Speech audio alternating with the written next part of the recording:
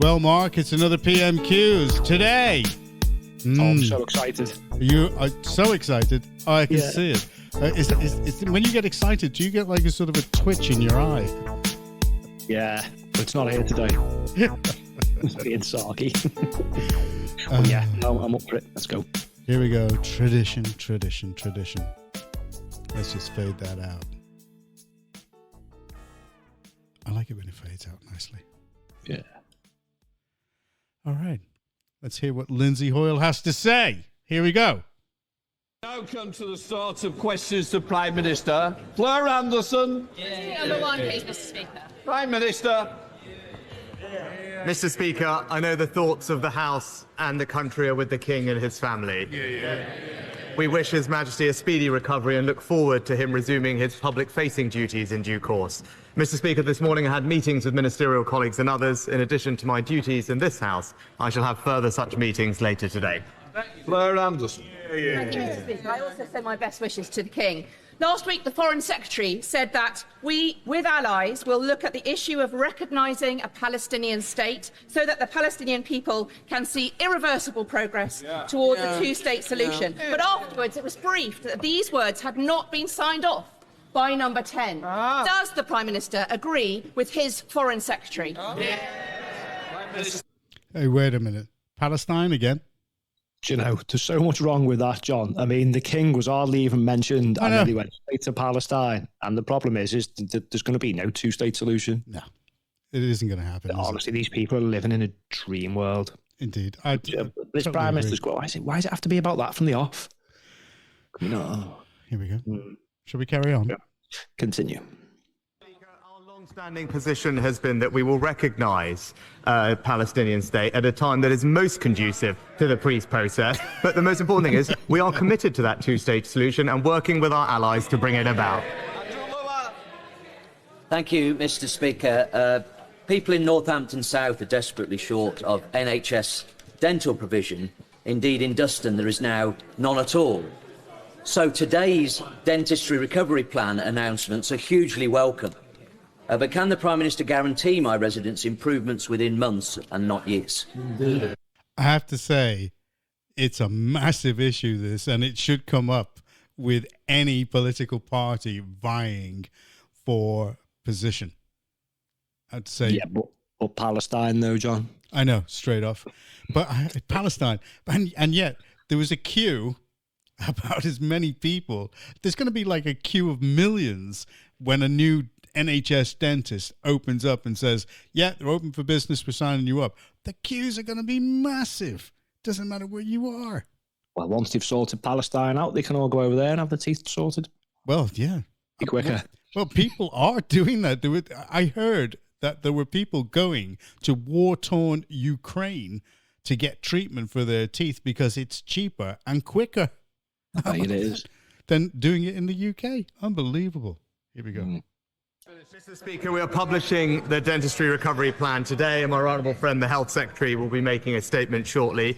Over 1 million more people saw an NHS dentist last year than the year before, but we know that there is more to do, and that's why the recovery plan will make sure that NHS dental care is faster, simpler and fairer for patients and staff.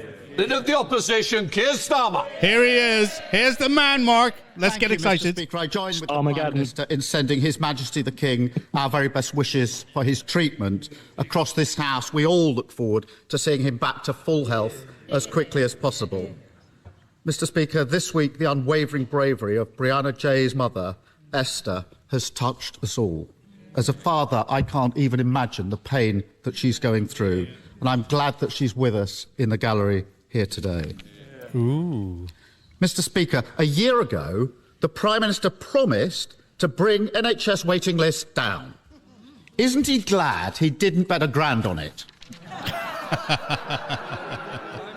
You knew I was coming. Let's listen. Mr. Speaker, at least I stand by my commitments. Those at least he knows what they are. He's so indecisive, the only bet he'd make is an each-way bet. Good comeback there, He says He stands by his commitments. He once insisted that if he missed his promises, these are the words he used, I'm the Prime Minister, and then he said, it's on me personally. Today we learned from his own officials that he's the blocker to any deal to end the doctor strikes. Yep. And he's always, every time he's asked, he blames everyone else. So what exactly did he mean when he said it's on him personally if he doesn't meet his promise? Well, he's not going to do anything, is he? He's not going to resign, is he? No. I mean, he's doing too well out of his deals, with Infosys and the public, contracts that they're getting. I think he's just going to follow it through. I don't know what he's expecting out of an answer of this, but he's not going to get an answer, is he?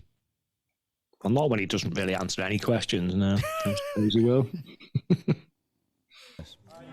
Minister.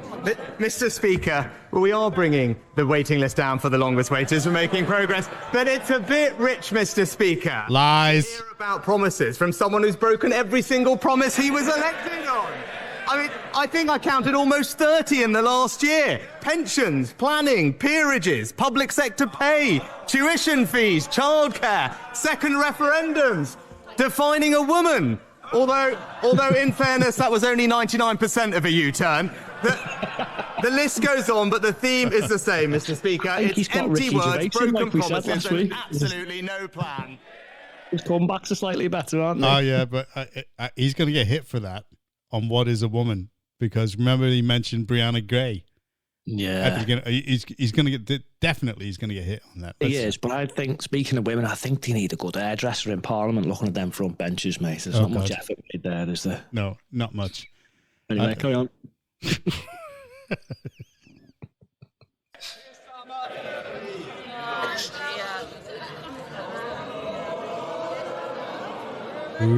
Of all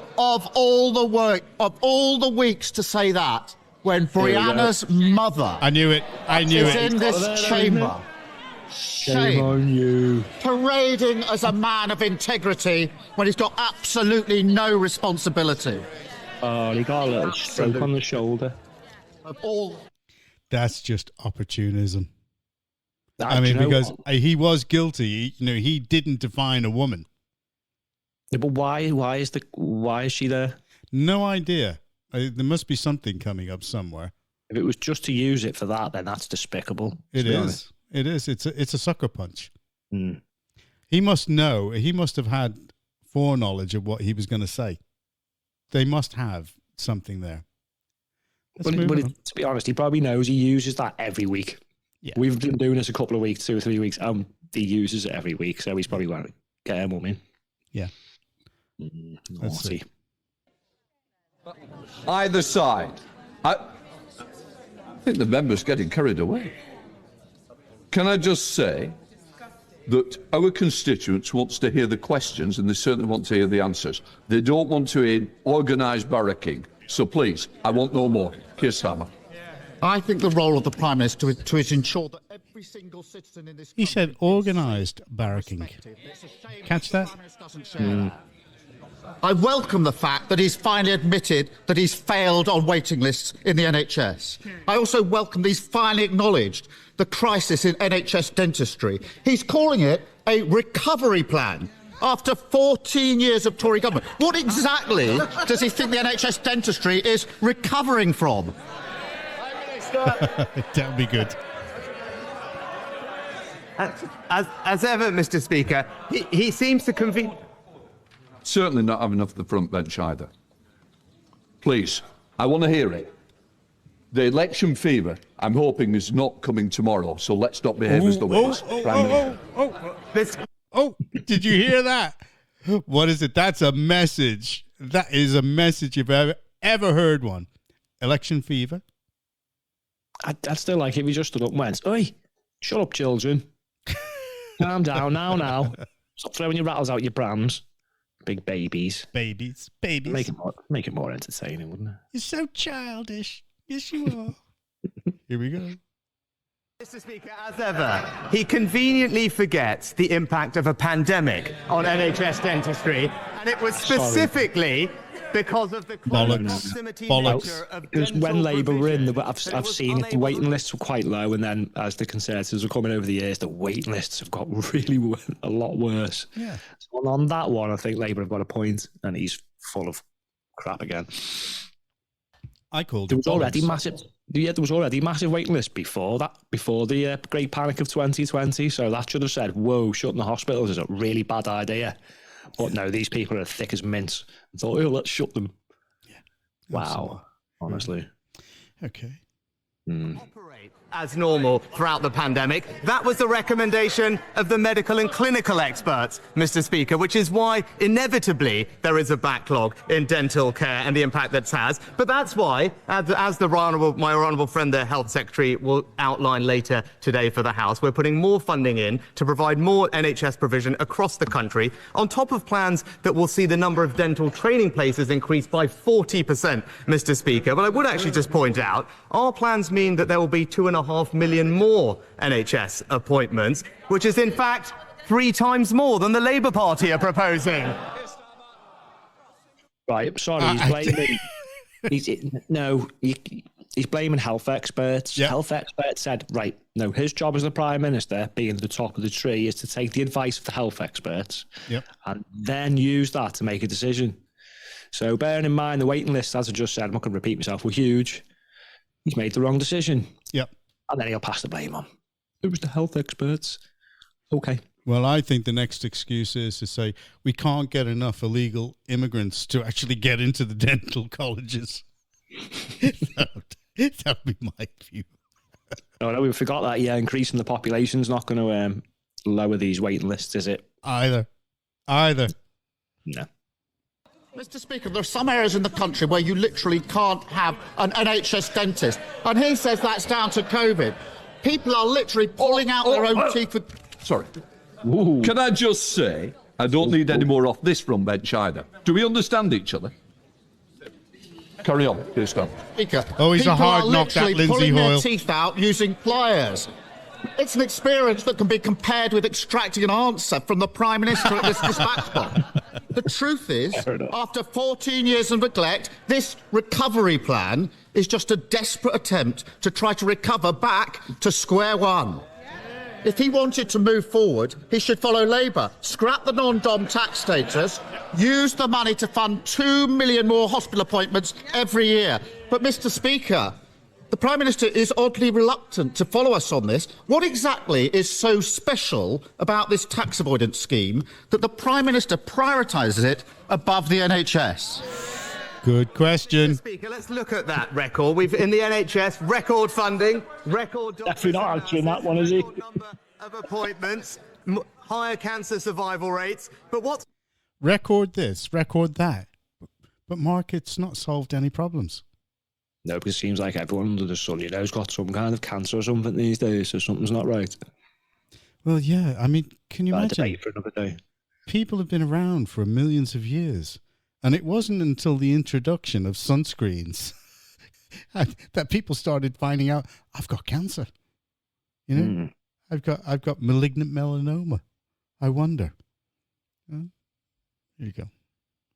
happening under Labour's watch in Wales, Mr. Speaker? Let's have a look. Oh, you knew that was coming. Wales. A fifth of people in Wales are currently on a waiting list. Yeah. Waits of 18 months or more are 10 times higher than that in England, and people are waiting twice as long for an operation. Their failure has sent the Welsh NHS back to square one, and will never let them do that here. Oh, there you go.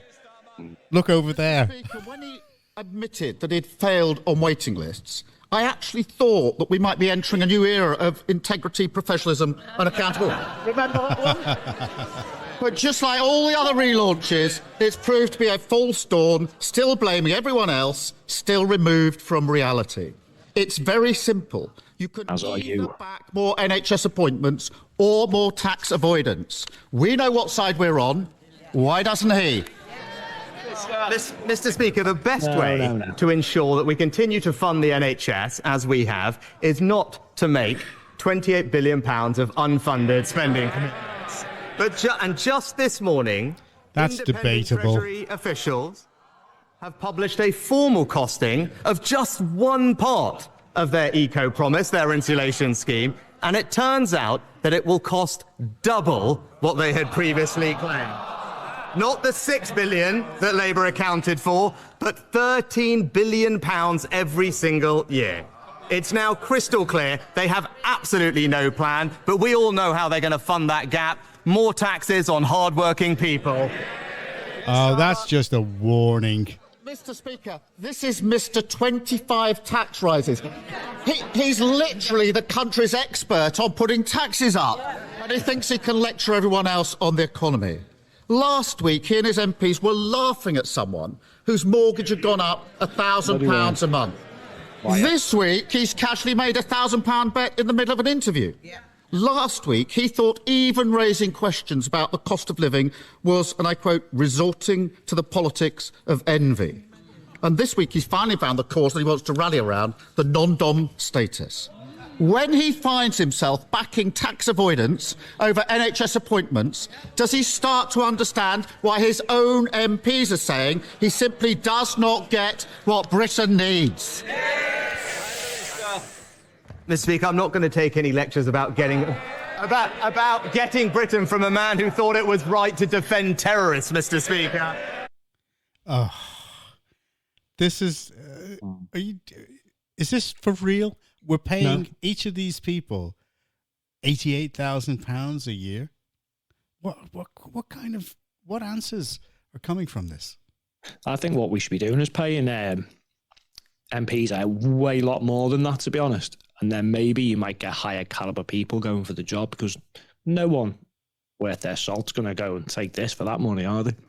This is just, it's mind-blowing numbness. It opens a lot of doors. Now, what he should have pointed out there is what Starmer did. So he lumped in two unrelated things, which was tax avoidance and waiting lists, and said it's either or. Why? Why can't it be both? Well, why can't it be? You can fix the waiting lists another way without the non-dom thing. He's put two things together and he's conflating. I agree. Make a choice. So if you're for this, then you're not for this. Yeah. Sneaky tactics. It was really obvious. He should have just pointed that out and said, "I know what you're doing." It's distracting. He comes back and says, "I'm not taking advice from someone who do," and it's like, "Oh, here we go, slanging man." That's what it's like all the time. You know, we're listening to it, and this is only is this the third week we've done this? Second week? Yeah. I don't think they're smart enough to think on the spot. I think all this stuff's already pre-written and all these comebacks, and it's the same thing every week. I'm not taking advice from someone who's done it. No, point out what he's just done to you and say, what are you doing? You're conflating two things, mate. Yeah. Not even related. And making you say either or, get lost. Nice try. A future for our country. In just the last week, expanding healthcare in pharmacies. Today, expanding dental care. This week, helping millions with the cost of living. And most importantly, cutting national insurance. All while the Labour Party argue over 28 billion different ways to raise people's taxes. That's the difference between us. We're delivering a plan. They can't even agree on one. Constituents and I send our best wishes to the King and royal family. Mr. Speaker, despite the popular narrative, our economy is doing well with an unemployment rate. Wait a minute. Stats. Is our economy doing well? It's a bit stagnant. I wouldn't say it was the worst in the world. Like I said last week, we're still in the top six. What? Top six? Is Afghanistan above us? No, we are number 6. Out of 6, but it's not just out of 6, is it? It's out of the whole world. So I mean, again, they're not telling the truth. The economy could be way better. Yeah, we're not seeing the anywhere, truth. does it? No.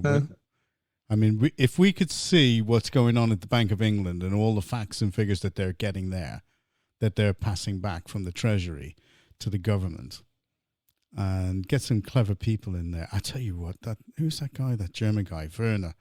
We get somebody like him in there. I mean, the Jordan Peterson of economics.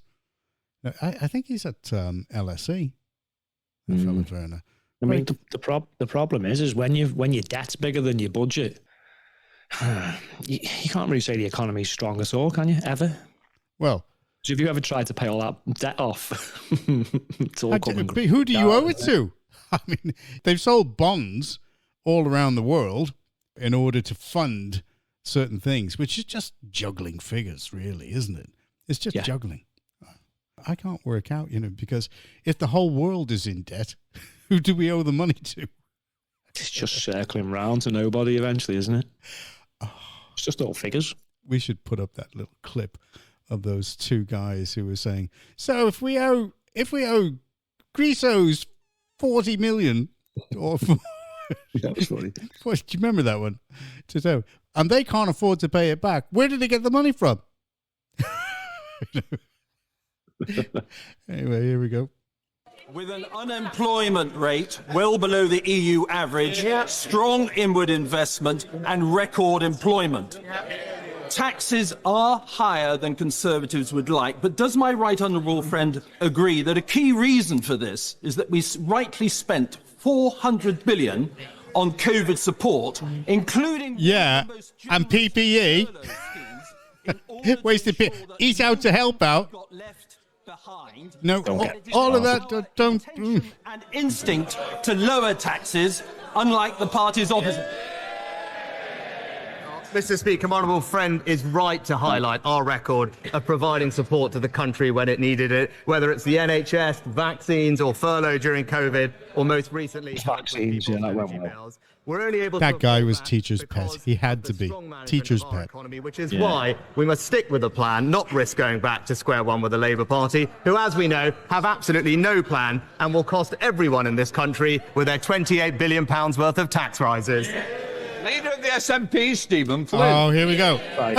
Hey! Thank you, Mr. Speaker. Can I begin by expressing my heartfelt sympathies to Brianna's mother, who is in the public gallery, as we and also to send my best wishes to King Charles in what will hopefully be a quick and full recovery. Mr. Speaker, the public are used to the Tories gambling on the lives of others. Boris Johnson, he did it with public health during the pandemic. His immediate successor, she did it with household finances. So not to be outdone, the Prime Minister on Monday this week accepted a crude bet regarding the lives of asylum seekers. In doing so, he demeaned them as individuals and he degraded the office that he currently holds. Oh, get lost. I'm not, Mark, I'm not having that. I'm not having that. What was the bet again? It was £1,000. No, that, it was with Piers Morgan. I'm trying to remember what it was. Yeah, me too, but he wasn't betting whether they were going to die or live. No. So again, they're just twisting things to make him sound like a bad man. Well, he is a bad man, really. But this thing, so no one's allowed to joke, no one's allowed to have any humour or any banter or mock anything or have a bet if it involves people who could or could not die. Is that what they're saying now? Yeah. So we can't say anything anymore then, basically. No, nothing. You're completely disarmed. Oh. We can't talk now. Well, we can, but they can't. Oh, no, you can't. You can't say anything. I can't say anything. We're disarmed now. Saying what I like. They're not happy. It's their problem. Actually, I think the word is, it's no longer Parliament.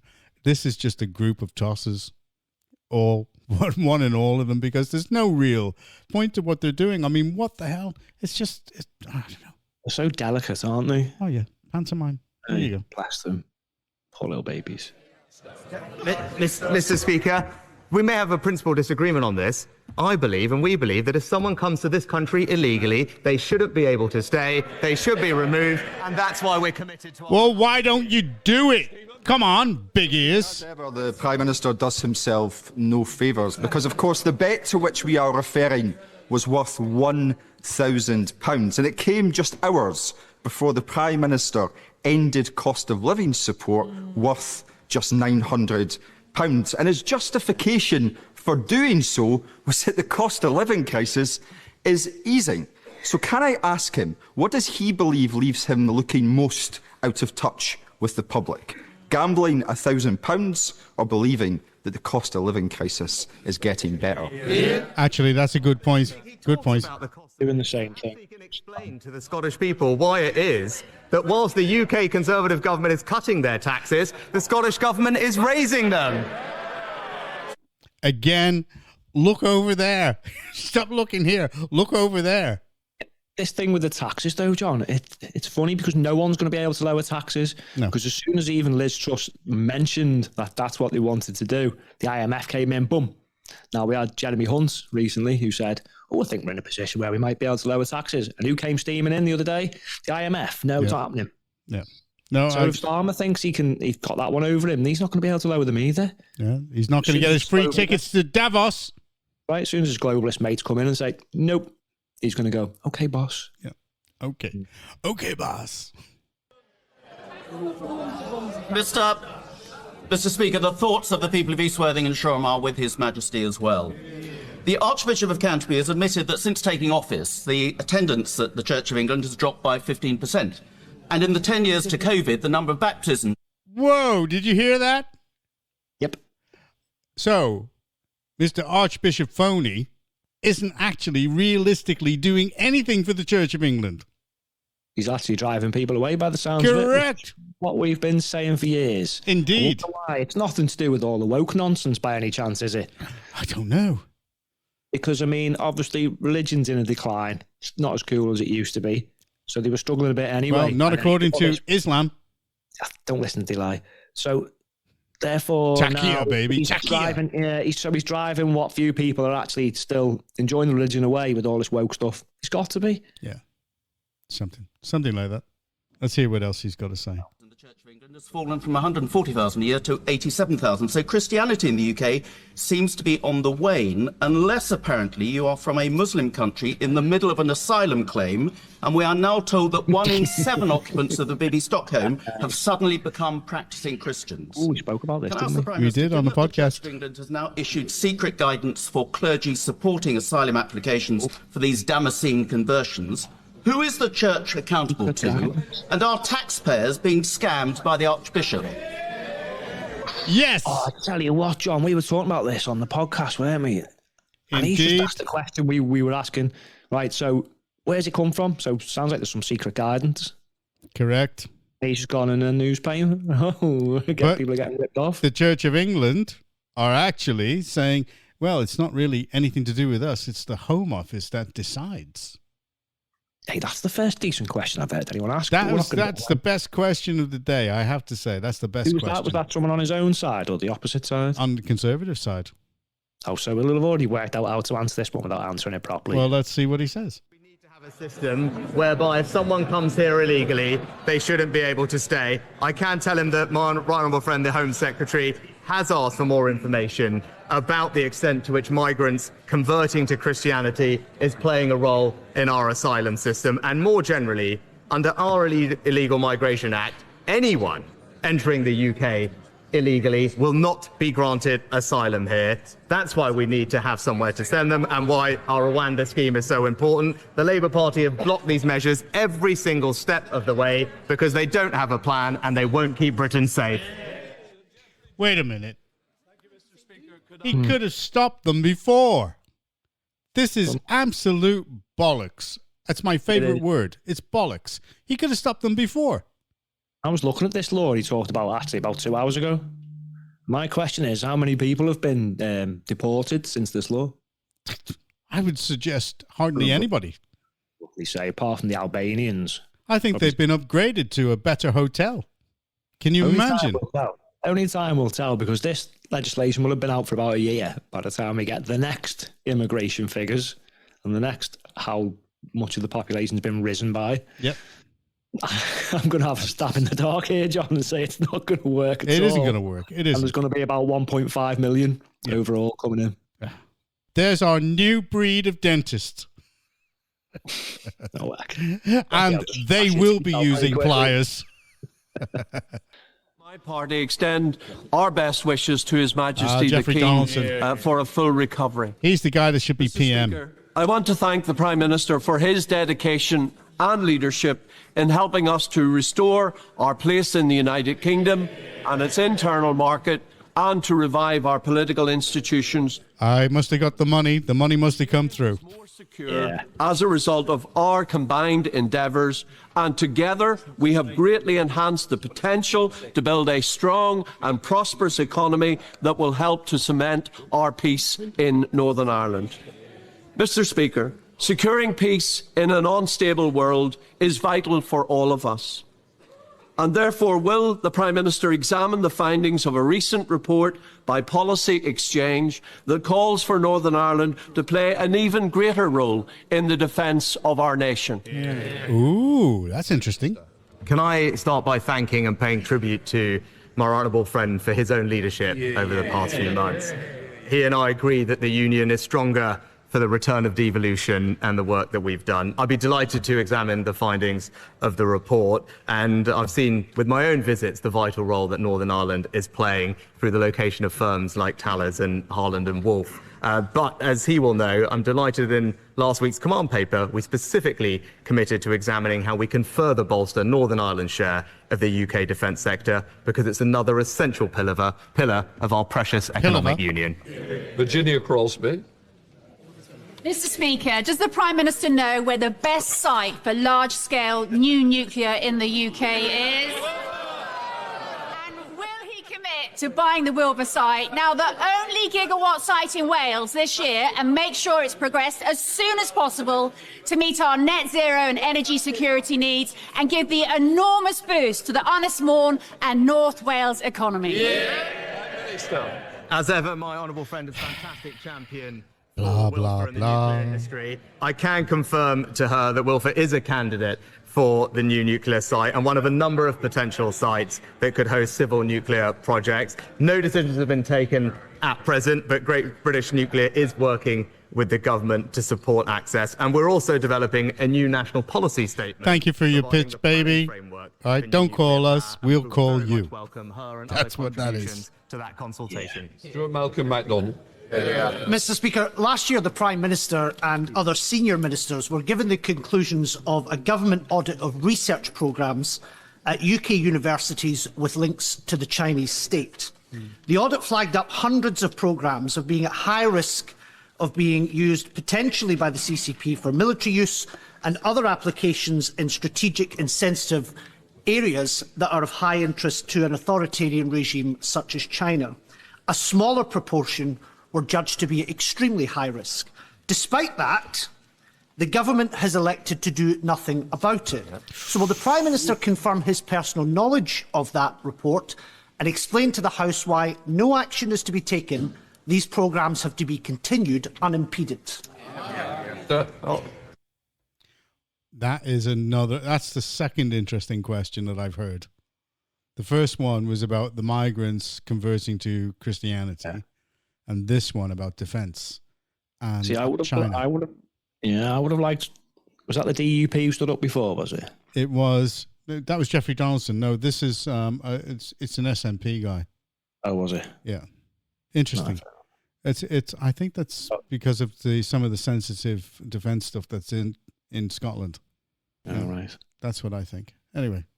I was hoping for someone from the DUP was going to ask them about our constitution, the Act of Union, especially the 1800 one with Ireland, because it says that all parts of the United Kingdom should have equal opportunities on trade. On trade, and also, well, he's asking there. Jeffrey Donaldson was asking for more say in what goes on in the UK, basically, and I think he was hinting at defence.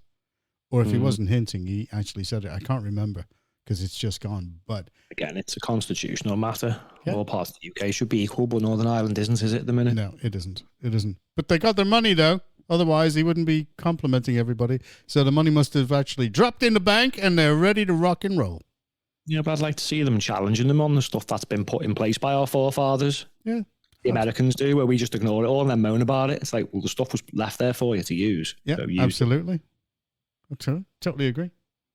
Mr. Speaker, we will continue to take a robust and proactive approach towards our relationship with China, rooted in the UK's national interests and values. And in fact, our National Security Act, which we passed last year, brings together vital new measures to protect our national security, and that includes creating a foreign influence registration scheme through the Act, which has been created to tackle specifically covert influence in the UK, and will continue to take all possible powers. Be for real. What's the point of all these acts? What's the point of all these laws they put in, John, if like 100, 200 years later they're just going to ignore it all and then draw up new stuff It's like, what? £2 million bid to I don't know. repurpose the redundant Gala bingo hall site in Kettering High Street into a community arts, music, business and family hub, which would be simply transformative for Kettering Town Centre. Would my right honourable friend, the Prime Minister, please be kind enough to facilitate a meeting for us with the relevant culture and levelling up ministers so we can explore how... Even they can't get meetings with their own culture ministers. Please, Have we even got a culture minister? Because our culture's being absolutely attacked and eroded. No one's anywhere it's unbelievable to be seen. Yeah. I'm starting to rant. He'll know that our £150 million community ownership fund is there specifically to help safeguard small but much loved local assets, and indeed our cultural development fund, like the one he mentions, is there to support further cultural projects as well. I will ensure that he gets a meeting with the relevant minister to discuss these plans further and wish him and his constituents all the best with this redevelopment project. Janet Davey. They wish him all the best with the failure of not getting the money. City showed that after 14 years of Tory rule, towns and cities in every corner of our country have been levelled down, left behind and left out of pocket. On average, people are over £10,000 a year worse off because his party has failed on growth. When will the Prime Minister take responsibility for breaking Britain? 14 years. He's only been around. I know. Across the UK, many of which were neglected by the Labour Party for decades, Mr. Speaker. But if we really care about levelling up, what we need to do is avoid saddling hard-working Britons with higher taxes, which is exactly what Labour's £28 billion green spending spree Look over there. We're all as bad as each other again, arguing, well, I'm not as bad as you, and across the Vale of worse than me. across the whole of Wales, sadly have to wait longer to see a doctor, longer for an ambulance, longer at A&E, and longer for an operation than patients in England. There are 24,785 patients in Wales waiting longer than 2 years for an operation. I'll be waiting 2 years for an ambulance by now. God, go with that. Well, see, I've rung ambulances for people before, John. It's about 4 or 5 hours to come, so it's worse in Wales. I know. Where are the ambulances coming from? Scotland. Here he is. What's he going to say? Mr. Speaker, my honourable friend. Look over there. Look over there. Right. Whereas here in England we have a plan when it comes to education. We've got a plan. We've got a plan, but look over there, they haven't. We've virtually eliminated those waiting the longest amount of time. But in Labour on Wales, as he said, education rates are falling and waiting lists over 18 months are more than 10 times higher than here in England. It's crystal clear we should stick to our plan for a brighter future and not go back to square one with Labour. Wait a minute. So you've got to wait here to... They said, sorry, Mark. They said it'll take 18 months for an operation over there. But in England, it's only 17 months. 17 months, yeah. So, yeah, we're doing better than you in Wales. How many people have we killed in England? Well, not as many as you in Wales, waiting for the operations. You know, this week it's actually nice to see them actually bringing up things that matter in our country. Correct. And we only had one Palestine thing at the start. Yeah. Is reality setting in? Possibly. Because Hamas are getting destroyed. Oh. There's no coming back from this. Netanyahu has said there will be no ceasefire until Hamas is destroyed. I think reality's setting in. Yeah. I keep asking the question, like, how's you calling for a ceasefire going to give us one? And no one ever seems to give me an answer. You know, I also ask him how the river to the sea thing's going. And it's like, ask him, bringing that up over here in Parliament is like Mickey Mouse saying, don't call me a mouse. You know, hello, Pluto. Here we go. Thank you, Mr. Speaker. According to Open Democracy this week, since 1999, at least 391 people have died at our borders. That is a rate, Prime Minister, of more than one man, one woman per month for 25 years. And on top of this, the financial cost of this deadly and failed border regime, as well as the Prime Minister's plan for Rwanda, is estimated to cost at least £800 million since 2014. So will the Prime Minister now show that he understands that the peoples whose lives he's making sick bets on are human beings and provide them with safe routes to the UK in order to seek asylum, instead of more failed and extreme forms of deterrence? Interesting. Mr. Speaker, it's in fact criminal gangs that are exploiting vulnerable people and leading many of them to lose their lives as they make these dangerous crossings. Now, on this side of the House, we think that's wrong and we want to do something about it. Yeah, we think that's wrong. Do you know what? Do you know who's got one of the best intelligence agencies in the world? Even the CIA acknowledge them. Israel, yeah. But do you know who they think is top? Russia. French. The French. They've got they've got a particular section, an intelligence agency, which they I can't remember. It's a four-letter name, and I think it's China, mate, because no one even knows what theirs is called. No. Right. And if the French. MI5, the point I'm making is, if the French do not know who these traffickers are, I'll be a monkey's uncle. They know who they are. They can just go in and get them. Them, mate. Yeah. They're encouraging. They're probably funding it. Get them all over that channel. Yeah. Get them over there. Yeah. He's literally blaming him, though, for them coming over. So in theory, he's saying if you don't open the borders and ship them in on planes where they're safe, then you're responsible for their death. Correct. Again, they're playing this game where they're just... No, I'm sorry, but... Yeah. No, I agree. It's not. It's not right. To get a deterrent up and running and be able to send people to Rwanda. It's his party that opposes that. So the question for them is, why do they remain on the side of the criminal people smugglers? Thank you, Mr. Speaker. February marks Emotional Health, Boost Your Self-Esteem and Children's Mental Health Month. In recent years, something like 6,500 people die in the UK each year due to suicide. And in 2021, I was nearly one of them. Luckily, my attempt failed. I was found by family members quickly. I received amazing care at St Helier and Springfield hospitals, didn't do any permanent damage, and was well looked after by the NHS in the months that followed. And I want to take this chance to say thank you to everyone who saved me, and sorry to my family and loved ones who I put through such an awful ordeal. In that moment, I felt alone and scared and like there was no way out, and that the world would be better off without me in it. But I don't recognise that man anymore. I know that nothing is ever really worth that. Help really is out there, and I'm pretty awesome.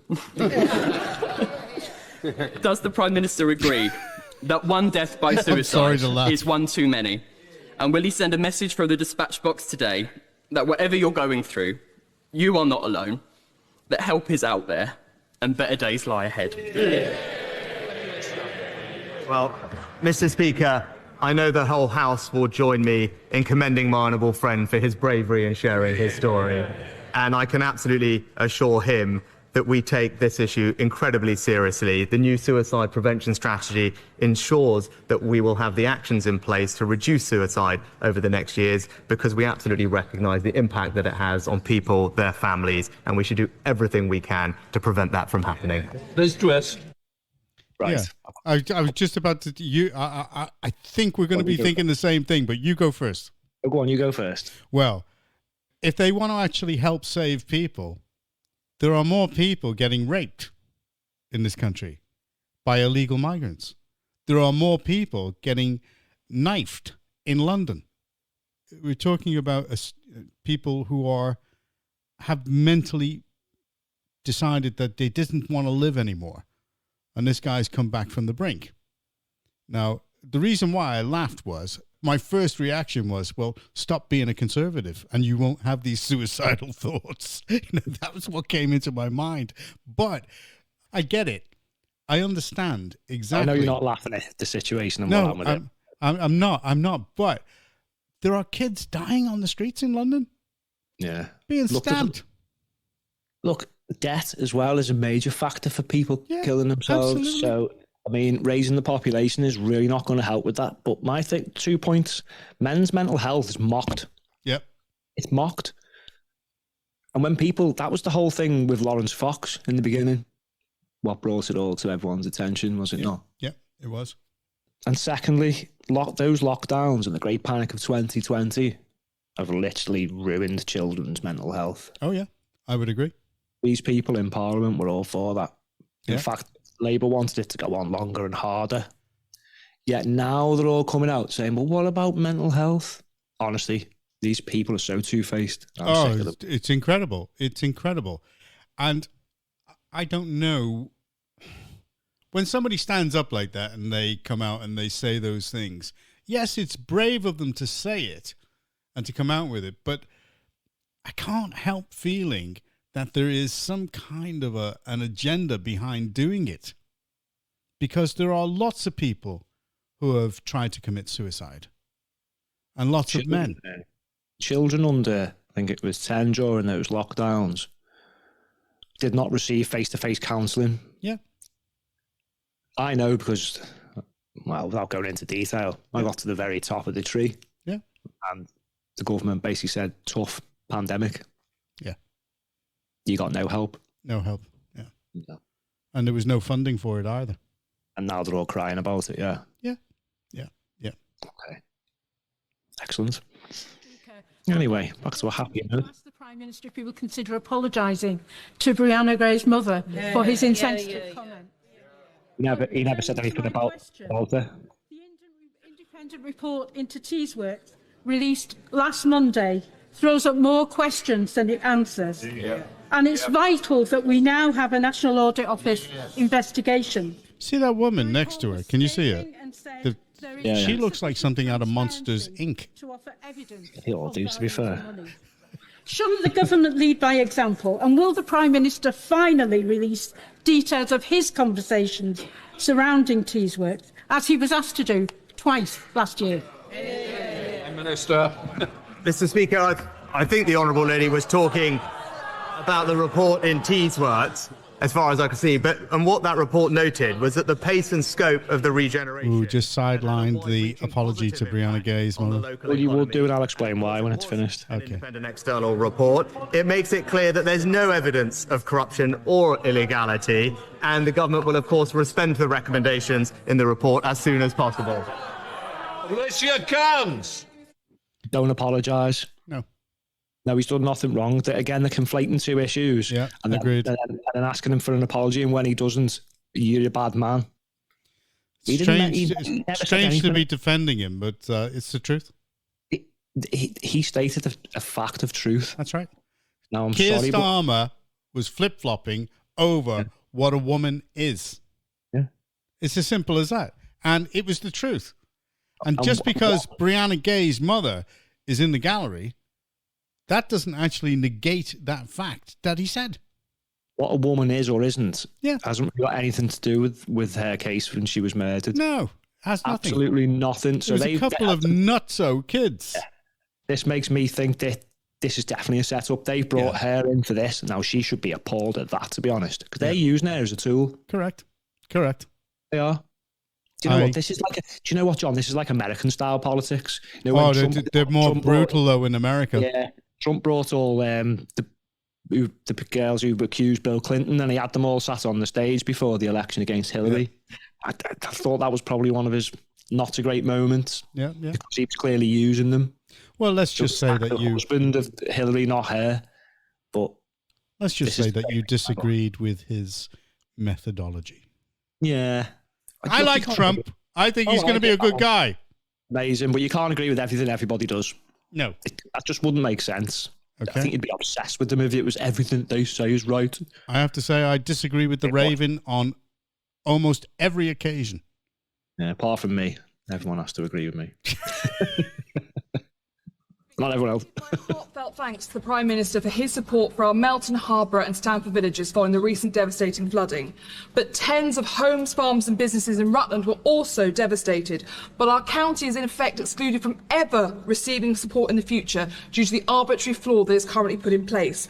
Flood support should be based on the most affected or a percentage of population. But Rutland has to have 1,000th more flooding than next door Lincolnshire for us ever access support. So will my right honourable friend please give a meeting to me and the member for Swindon South to discuss this important issue?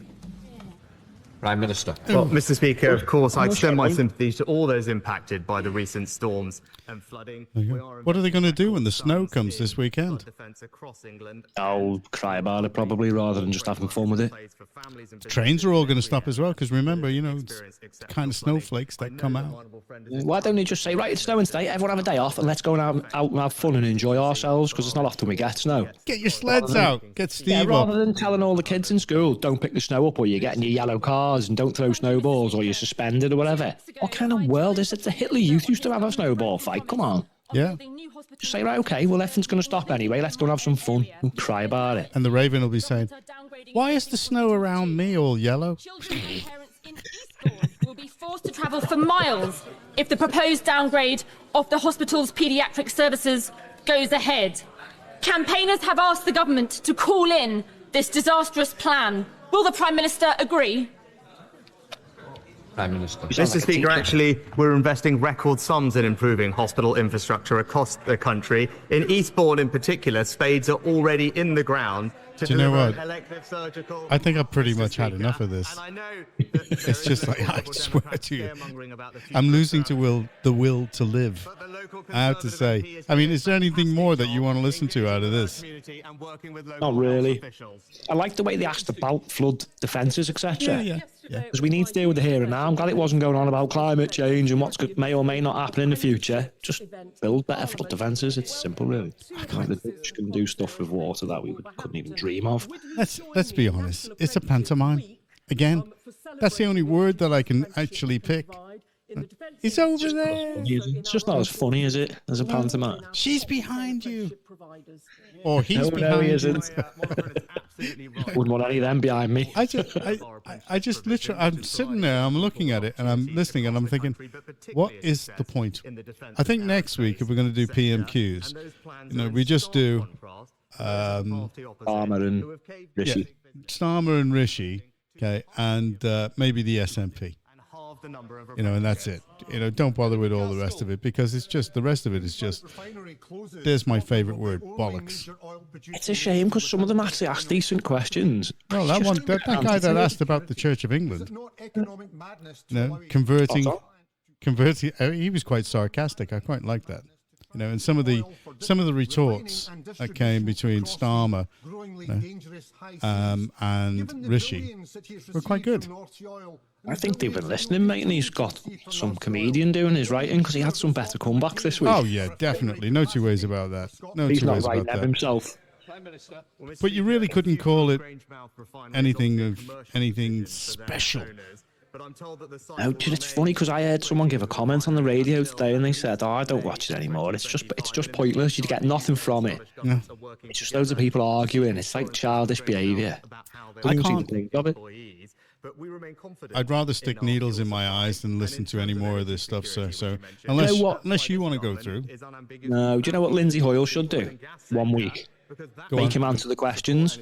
Just say, sorry, Prime Minister, you didn't answer the question. We're not moving on to the other constituents' questions. And I'm sure their constituents really want their questions answering. So answer the question, please. Answer the question. And when he goes, but look over there, go, I'll repeat, answer the question. And just go, answer. Yeah. And when he doesn't, just go, answer. And just force them to answer. He's got a look of a master in a school. And he should say, you boy, answer the question. And he does speak out, and people kind of listen and shut up for 5 minutes. Whereas the other fellow, and they all used to just shout over him. Oh, the little cringy. I haven't seen him kick anybody out. Yeah, he did kick someone out, didn't he? Did he? Yeah, a while back. He keeps on threatening either side. And you over there. Did he kick someone out? Who was it? You will have company for a cup of tea now. Calm down now. They kicked someone out a while back, I'll look into that. Yeah, it was John Burko. They kicked him out. That's the fella I was on about before, Burko. Burko. Well, I have to say, Mark, it's been a pleasure again, I have to say. But sorry, I'm not listening to any more of this stuff. It's crap. I do notice, though, that the women on the side of the Conservatives are a little bit better presented than the women on the side of Labour. That's what I was on about before. I have to say. You know, if that sounds sexist. And the men have got ties on. All right. On either side. I didn't see Justin there at all. I wonder if he was actually there. Maybe he's busy. Oh, yes. Busy. Doing hard work. Well, getting ready for the election. Yes. That was a bit of a hint. So he doesn't lose more voters. Indeed. Well, I'm going to call it there. I'm going to start saying time. Yeah.